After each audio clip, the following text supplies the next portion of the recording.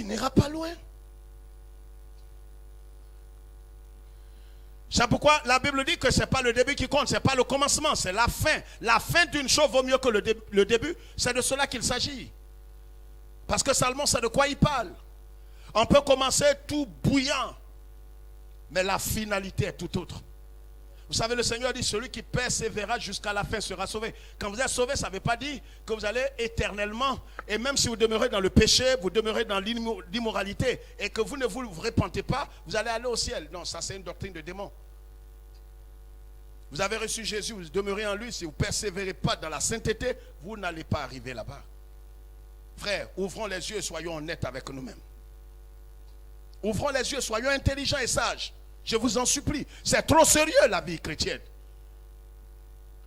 Ce n'est pas des yo-yo, tomber en transe, danser un peu, crier, apporter sa dîme. C'est de belles choses, mais ce n'est pas l'essentiel. Ce n'est pas l'essentiel. Si je ne suis pas prêt volontairement, vous savez, nous l'avons vu dimanche. Quelle sera quoi?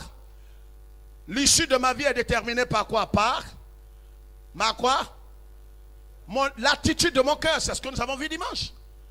La façon dont je réagis, le problème n'est pas le problème. Le problème n'a jamais été le problème.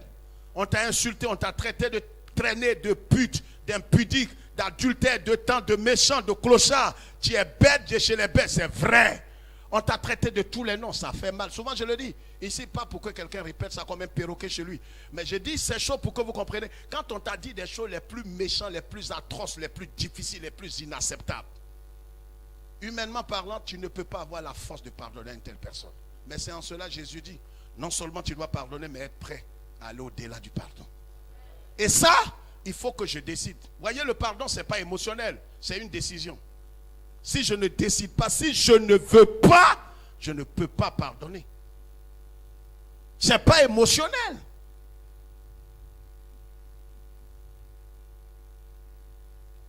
Jésus est saisi. Il a fait quoi? Il a appelé un homme du nom de Judas Iscario, qui était avec lui, qui a mangé avec lui, qui a été chez sa maman. Il a fait tout le temps avec Jésus. Ils étaient dans une barque, il a failli périr. Jésus l'a sauvé, in extremis. À plusieurs reprises, cet homme devrait perdre la vie. Jésus l'a sauvé. Mais c'est cet homme qui va aller voir les pharisiens. Les sadducéens, les scribes leur disent, je connais où Jésus il se cache. Vous pouvez me donner au moins 30 pièces d'argent. C'était l'équivalent de 12 000 francs. Vous pouvez me donner ça, je sais où il va. Je connais son programme de Pâques. Il quitte là, il prie là. Quand il va sortir de la synagogue, il va aller à Gethsemane. C'est ce parcours-là qu'on fait chaque Pâques. Vous me donnez un peu d'argent, je vais vous le livrer. La plus grosse trahison qui puisse exister. Quelqu'un que tu as nourri, tu as aimé.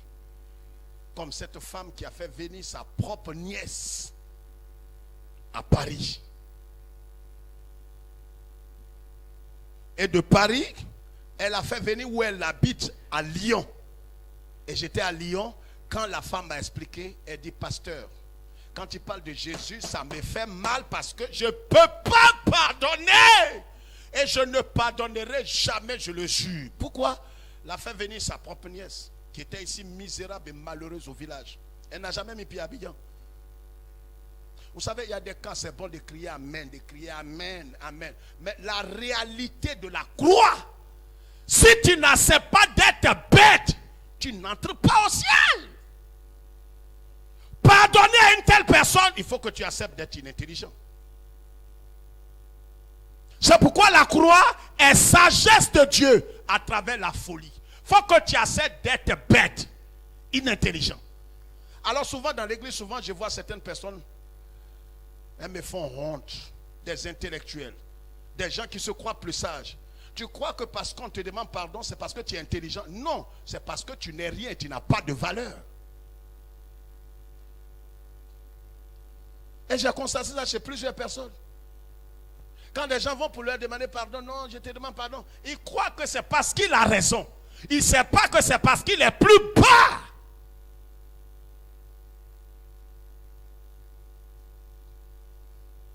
Tu te crois au-dessus de tout.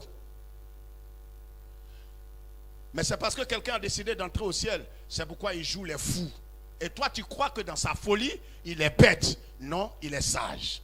Car en vérité, chez Dieu, tous ceux qui acceptent sa folie, c'est ceux-là qui déclarent sage. La jeune fille a arraché le mari de sa tante.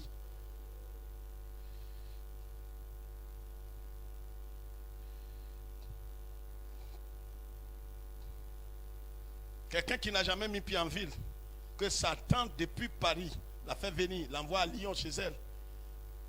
Elle arrache son mari. C'est vrai que c'est le monsieur qui est fautif, mais cette fille n'est pas bête. Elle a dit, elle pardonnera. Pasteur, il ne faut même pas essayer, je ne pardonnerai jamais. Voici le chemin là. Or, elle aussi, elle ne peut pas entrer au ciel. C'est vrai que quelqu'un l'a poignardée, mais pour qu'elle entre au ciel, il faut qu'elle pardonne à sa nièce. Jésus dit, si vous ne pardonnez pas, le ciel ne vous pardonnera pas. Donc le pardon n'est pas un luxe. Voici la folie. Voici en quoi est-ce que la croix est une folie. C'est une folie. C'est folie.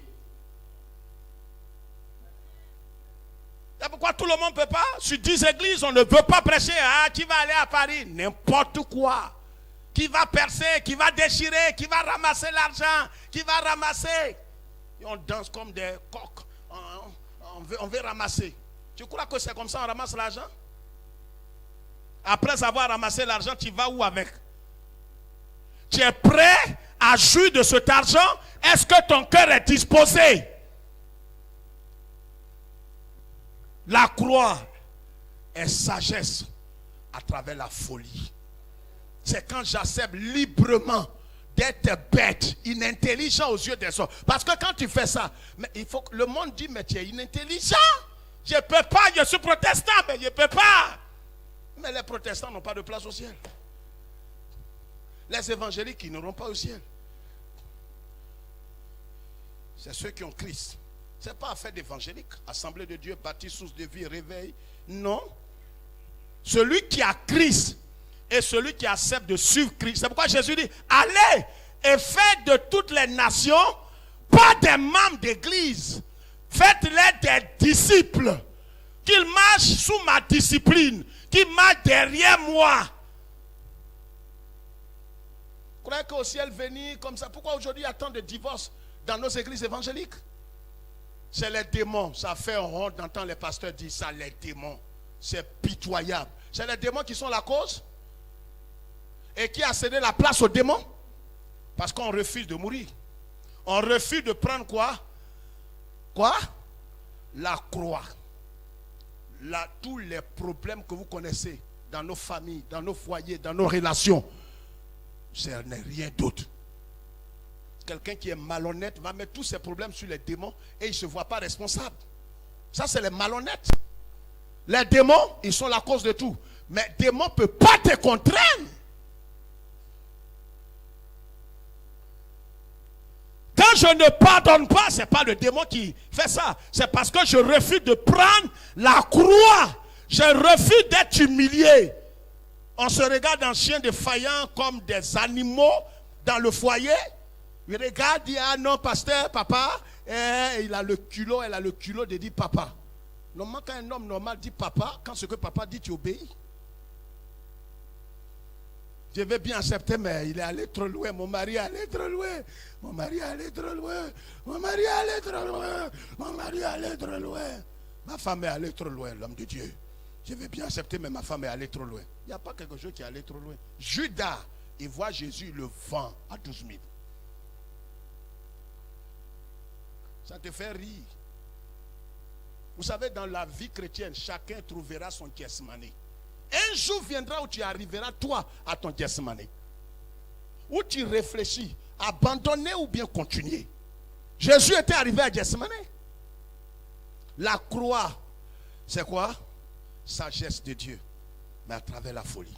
Ça veut dire que tu ne peux pas être reconnu comme sage dans le royaume de Dieu si tu n'as pas accepté la folie de Dieu.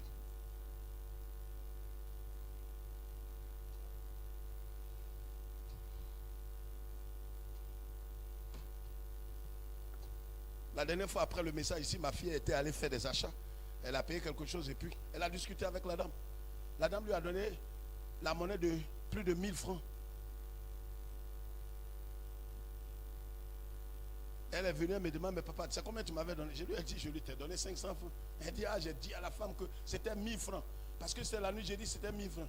Tellement j'ai discuté. Elle m'a donné la monnaie de 1000 francs. Il a dit, mais c'est pas grave, retourne là-bas. Va t'humilier. Va lui dire que tu as menti. C'est ça la croix. Elle dit, ah papa, tu ne vas pas t'asseoir. Lève-toi, prends la monnaie, va restituer à la femme. Va t'humilier. La croix, c'est sagesse, pas la folie. Sans ça, pas de ciel. Fais ton cinéma dans l'église. Si tu veux, donne ton oreille. On va manger.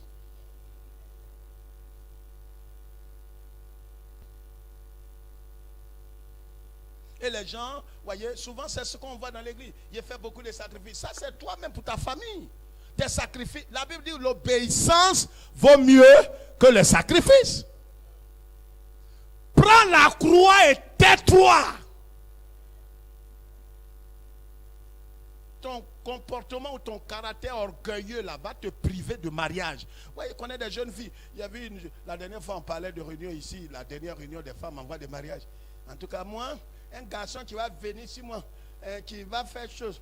On n'est pas encore arrivé loin. On n'est pas encore arrivé. Le problème même est que tu n'auras pas de mari. Avec un tel caractère, si Dieu doit te donner un homme, il te donnerait un homme à ta dimension et selon ton caractère pour te corriger toute ta vie.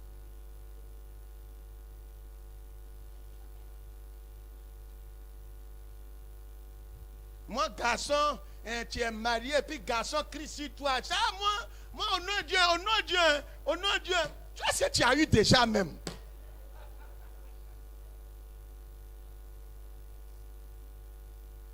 Peut-être le monsieur même qui veut de toi là, il n'est pas loin. Quand il entend ça, il dit, je laisse tomber. Voici comment des sœurs prient, certaines d'entre elles prient, et Dieu ne peut pas, parce que c'est des prières injustes. Tu n'es même pas prêt même à être fou. Le deuxième point que nous voyons ce soir, qu'est-ce que c'est? La croix, c'est perdre pour gagner. C'est perdre pour gagner. Jean chapitre 3, le verset 30 nous dit quoi? Jean-Baptiste dit quoi? Il faut que je diminue et que lui, il croisse. Marc chapitre 8, verset 35. Lisons ce passage. Marc 8, 35. Et je vais voir avec la technique ASO Production. On va nous présenter. J'ai sélectionné une petite illustration. Vous allez voir. Vous savez, avec Jésus, tant qu'on n'accepte pas de perdre, on ne peut pas gagner. Avec Dieu, c'est quand tu perds, tu es prêt. Il faut être disposé intérieurement à perdre. À perdre ta vie, perdre ton honneur, perdre ta dignité, perdre ta gloire. À perdre même ton teint. Tu sois un mari des gens, on te dit quitte-la, tu es dans l'adultère, tu es une prostituée, quitte-la. Pourquoi le pasteur dit ça comme ça cru? Il a voulu apporter une offrande. Quand il a dit ça, va être ton offrande d'adultère. Il ne faut pas nous donner odeur d'adultère. Tu peux aller donner à un pasteur vendu. Je préfère mourir misérable et pauvre que de manger l'argent d'adultère. Que Dieu m'entende. Allons-y, frère. Car celui qui voudra sauver sa vie la perdra. Celui qui voudra sauver sa vie la perdra. Mais celui qui perdra sa vie à cause de moi et de la bonne nouvelle la sauvera. Voilà ce que Jésus déclare. Ça, c'est la sagesse de Dieu. Ça paraît bête. Comment on perd quelque chose? Voyez, quand on vient à Christ, la première chose avec la croix, c'est pas de posséder, j'arrache. On perd d'abord avant d'arracher. J'arrache. Depuis tu arraches. Je ne sais pas si c'est herbe tu arraches, parce que c'est herbe qu'on arrache. Toi, tu arraches quelque chose. C'est quoi tu arraches et puis on ne voit jamais dans ta main. On n'arrache pas comme ça. Tu es venu, tu as perdu quoi? Tu as livré quoi? Tu as perdu quoi? Ta richesse en colère, animosité, rancune, ça c'est ta richesse. Tu as perdu ça.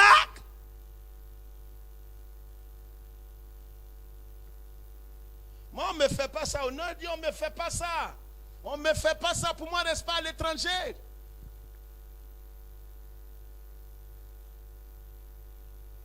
Vous vous êtes pardonné? Dites-vous, pasteur. La dernière fois, on nous a rassemblés. Les pires, plus pires que les homosexuels, ce sont les hypocrites. Ils sont pires que les pédés. Tous ces dents sont dehors, ils rient à toi. Allô, l'âme de Dieu, l'âme de Dieu. Mais si tu vois ce qu'il a dit,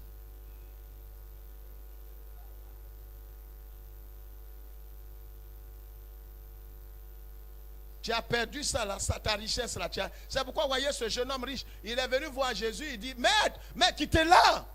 Vous ne connaissez pas la loi quand les gens viennent comme ça et tu... Ah, vraiment. Hey, c'est le riche. Il dit, ah, jeune homme, ça va? Il dit, ah oui, maître. On s'est croisés au Carrefour ici, il a voulu t'inviter à prendre un pot. Il a te posé une question. Comment faire pour entrer dans le paradis là?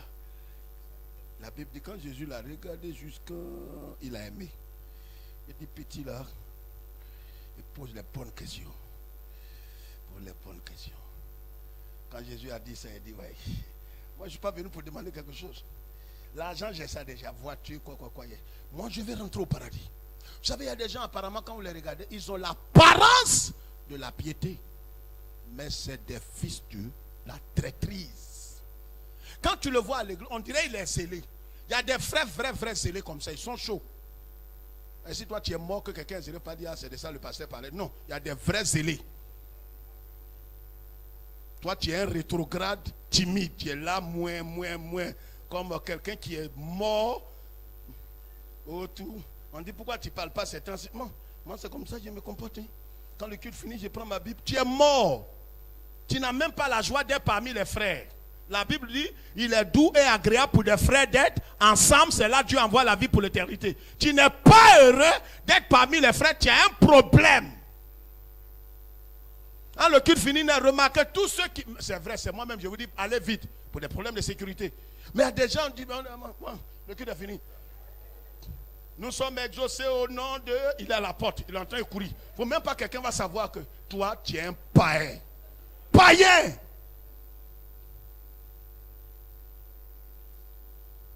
On ne sait même pas qu'est-ce que tu cherches à elle, les frères. Si tu restes à la maison, même ça fait quoi? Au moment où les autres frères... Non, je sais, vraiment, on dit... Le pasteur dit de partir, c'est vrai. Mais il faut que je sache. Je n'ai pas vu le frère. Oui, quand tu es de rafraîchi, que tu es de Dieu et que tu as l'esprit de Dieu, quand tu trouves les frères, c'est difficile de se séparer. C'est vrai ou c'est faux? Même quand on dit d'entrer, toi tu es chaud. Tu veux saluer au moins parce que c'est jusqu'à dimanche encore, vendredi, on va se voir. Ça, c'est l'esprit de communion et l'esprit d'amour. Amen. Amen. Prêt à perdre. Perdre tout. Jésus était prêt. Pourquoi est-ce qu'il a été élevé? Philippiens chapitre 2, le verset 9 et suivant. Il a perdu quoi? Il a perdu d'abord tout. Il a perdu son honneur. Il a perdu sa gloire. Il a perdu tout. Il faut d'abord, le christianisme, on est crucifié. On ne naît pas pour posséder. On est pour perdre. On est dans la phase de perdre. Perdre ton honneur. Perdre ta raison. Moi, ta petite poitrine, tu vois, un jour tu vas te blesser. Moi, c'est à moi-même qui dis ça. Moi-même, toi-même, tu es qui? Tu n'es de chez rien.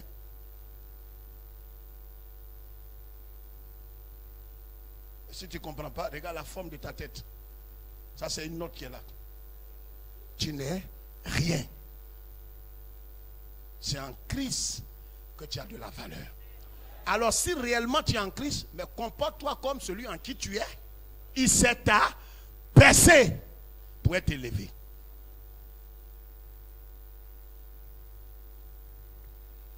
Le jeune homme, Jésus lui dit, jeune homme, ça va? Tu connais les commandements? Il dit, maître, oui.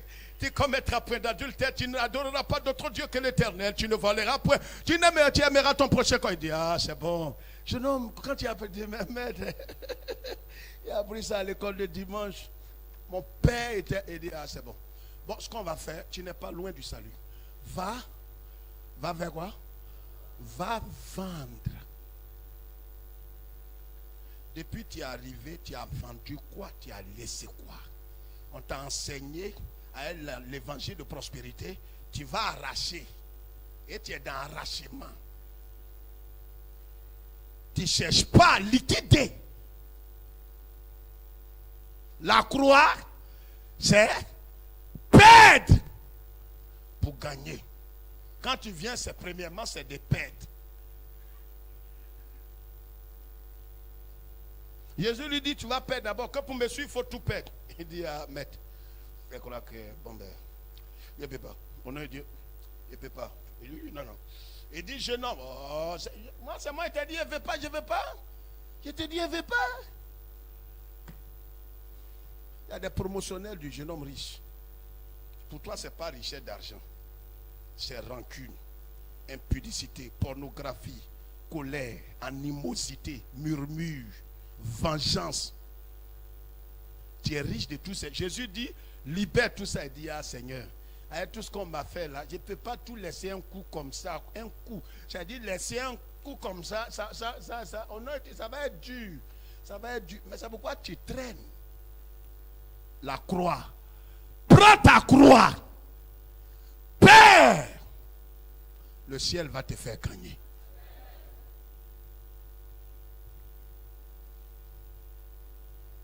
Ma fille est partie. Elle allait voir la dame. Elle lui dit, attendez, je suis venu vraiment pour... Mais quand c'est comme ça, tu ne sais pas par où commencer. Tout à l'heure, j'ai beaucoup parlé. Parce que quand tu as beaucoup tempêté pour aller pour restituer là, tu ne sais pas où parler maintenant. C'est comme les élèves en classe.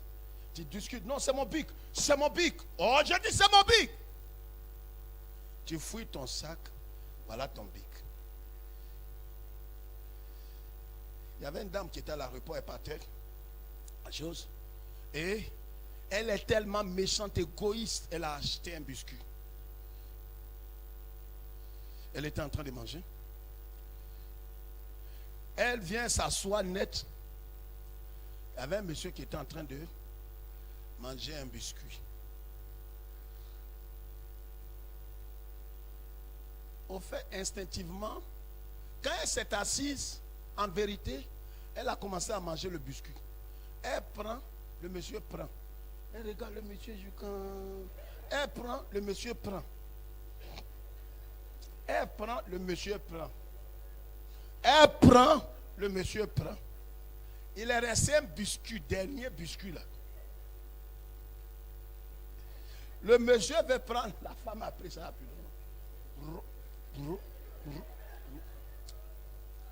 Les passagers en provenance de temps, qui viennent de temps, et ceux qui sont en partance pour temps, elle a pris son sac. Le monsieur n'a rien dit. Les deux se suivaient. Elle arrive. Elle ouvre son sac. Voilà son biscuit qui est là. Le biscuit qu'elle mangeait avec haine, un mépris, c'était le biscuit du monsieur là.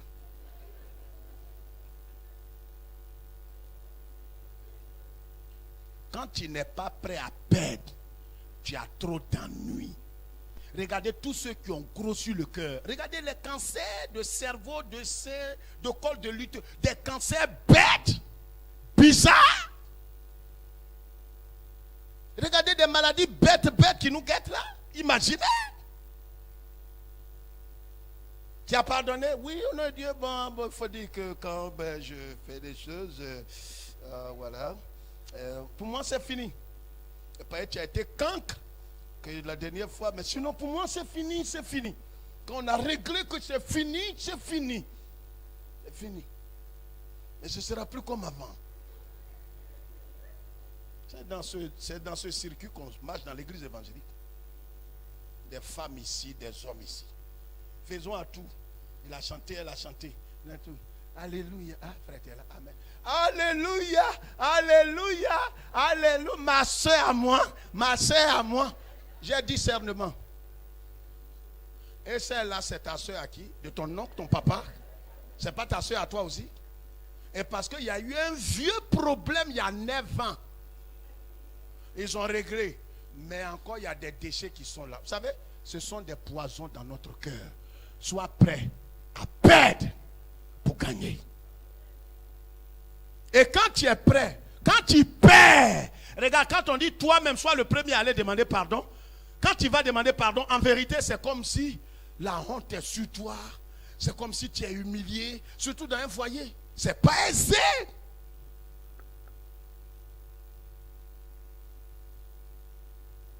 Quand le mari t'a traité de tous les noms, et on dit donc, tu es allé voir le pasteur, on dit bon, retourne, va lui demander pardon. Moi, est-ce que pasteur, tu as bien écouté l'histoire même? Je dis, j'ai bien compris. Va, toi aller demander pardon à ton mari. Non, elle quitte là, ça envoie un autre pasteur. Homme de Dieu, je suis venu, voilà une petite offrande de 50 000. Prends ça. Comme elle est née pour se vendre et se perdre, elle fait offrande d'abord. Parce que l'offrande, vous voyez, les dons essaient de désorienter. Quand elle a fait ça, si cet homme n'est pas né de Dieu et n'est pas né pour servir, il va dire autre chose. Donc, homme de Dieu, je suis de telle église, mais j'ai tel nom. Je suis allé voir mon pasteur, mais il n'est pas clair, il n'est pas bien. Il n'est pas bien. À force de prêcher la croix, on dirait, il devient fou. Donc, homme de Dieu, papa, il va l'appeler papa. Il y a vite ces bêtises-là ici. J'ai croisé d'autres en ville. Et le pasteur t'appelle, dit, mais ta fille là est passée ici. Il dit, il faut la gérer. Il n'y a pas de problème. On se connaît entre des pasteurs. Dis ce que tu lui as dit là. Je lui ai demandé, mais certains disent, j'ai dit, il faut gérer. Dieu ne court pas derrière brebis. L'évangile dit, si tu ne perds pas ce que tu prétends avoir gagné, va te tuer. Parce que nous tous, on veut entendre des choses agréables. On veut entendre des choses qui sont pour nous la vérité, notre vérité. On veut qu'on nous dise notre vérité, pas la vérité de Dieu. C'est pourquoi quand les gens entendent le message, leur visage est certains comme ça. Certains.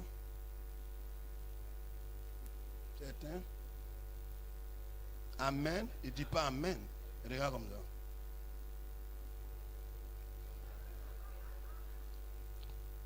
Tout ça, c'est des pasteurs que tu peux effrayer dans ta vie à ton rang là. C'est ceux-là que tu peux effrayer. Des gens comme nous, on n'est pas né dans l'argent. On n'est pas né à un titre. Tu vas faire ton visage sous toutes les formes. On te dit ce qui est cru.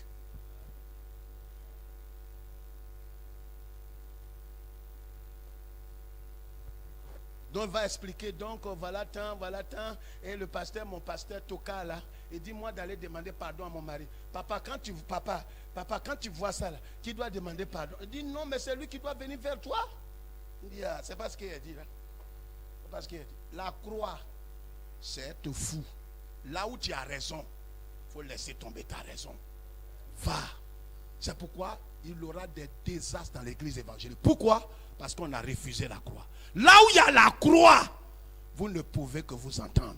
Même si l'autre est plus bête, plus méchant que méchant. Mais comme toi tu as accepté de mourir et de perdre ton honneur et ta volonté, tu ne peux que vivre heureux. Parce que tous ces cinémas-là, quand il a fini, c'est pardon, toi tu demandes pardon, tu attrapes ses pieds. Tu es en train d'avancer. Ça, sur 10 chrétiens, il y a au moins un qui accepte ça. Regardez. Regardons. La technique, si vous êtes prêts, donnez-nous cette image et on va bénir le Seigneur. Regardez cette petite image que j'avais voulu vous présenter. Regardez bien. Reprends. Ouais. Regardez ici. Voyez, il a chuté. Il vient de tirer quoi? Un penalty. Apparemment, il a perdu. Et il est quoi? Il est abattu. Le gardien même sort des poteaux. Mais regardez où le ballon s'en va.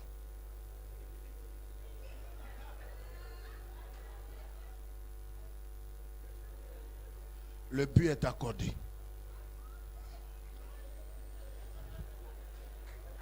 Regarde, suis. Regarde, et la vie est exactement ainsi. Il ne faut jamais perdre espoir. Pendant que toi tu es en train de te dépouiller, arrête la vidéo, te dépouiller, déposer ta vie sur l'autel, déposer ton honneur, déposer ta dignité,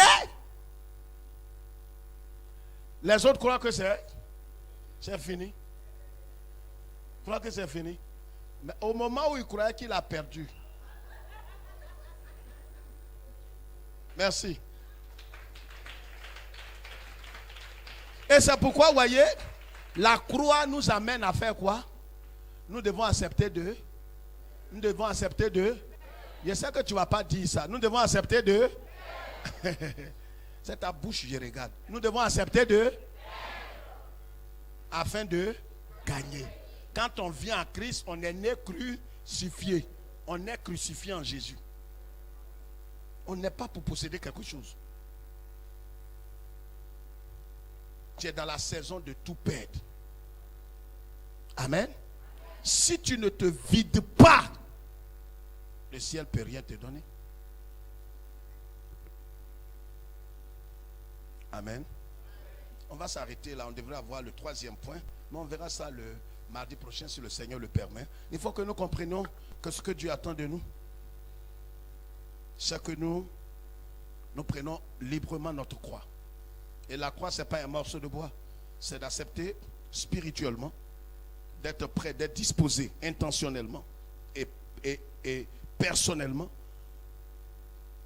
à se renier. À se renier.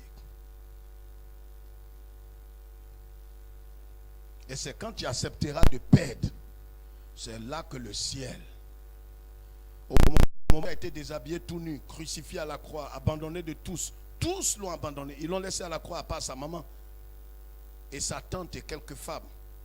Et l'apôtre Jean, tous les apôtres l'ont abandonné. Aux yeux de l'humanité, Jésus avait tout perdu. Mais les gens ne savaient pas que il venait de tout gagner. On t'abaissera. Ils vont chercher à t'humilier. Mais c'est dans cette humiliation que l'Éternel va t'élever. Il n'y a pas de fatalité. Même si tu as été rejeté, divorcé, abandonné, tu peux rebondir. Avec Dieu, il n'y a pas de fatalité. Là, est-ce qu'il y avait une fatalité? Il pensait que c'était fini. Pendant qu'il était en train de se morfondre, crier, il ne sait pas que la main de Dieu est en train de faire quoi? De faire son œuvre. Ils croient qu'ils t'ont humilié. Ils ne savent pas que le temps de Dieu va jouer en ta faveur. En tout match, il y a 2 saisons. Il y a la première mi-temps et il y a la deuxième mi-temps. Dans la première mi-temps, tu perds tout. Jésus, à la première mi-temps, il a tout perdu. Déshabillé, les gens ont dit, mais c'est pour ça qu'on dit, on ne peut pas te suivre. Comment toi, le Messie, on te déshabille nu? Je refuse ça. C'est quel Jésus? Tu es venu comme le Messie, tu as marché sur l'eau, tu as multiplié le pain, les gens t'attrapent, laisse-moi, il y a les blessés. Jésus dit, garde ton épée. On est dans la phase de perte. Tu es prêt à perdre ton honneur là? Petit honneur qui est en toi là. Tu es prêt à déposer ça? Ta volonté propre. Tu es prêt à déposer, à mettre ça à terre? À aller vers ton mari, ta femme, ton fils. Toi, tu es maman, tu as crié, tempêté autour. Le Saint-Esprit te parle, dit, va vers ton fils ou ta fille. Va lui demander pardon. Tu passes comment? Soyons humbles. Laissons le Saint-Esprit faire son œuvre en nous. Amen. On va se lever.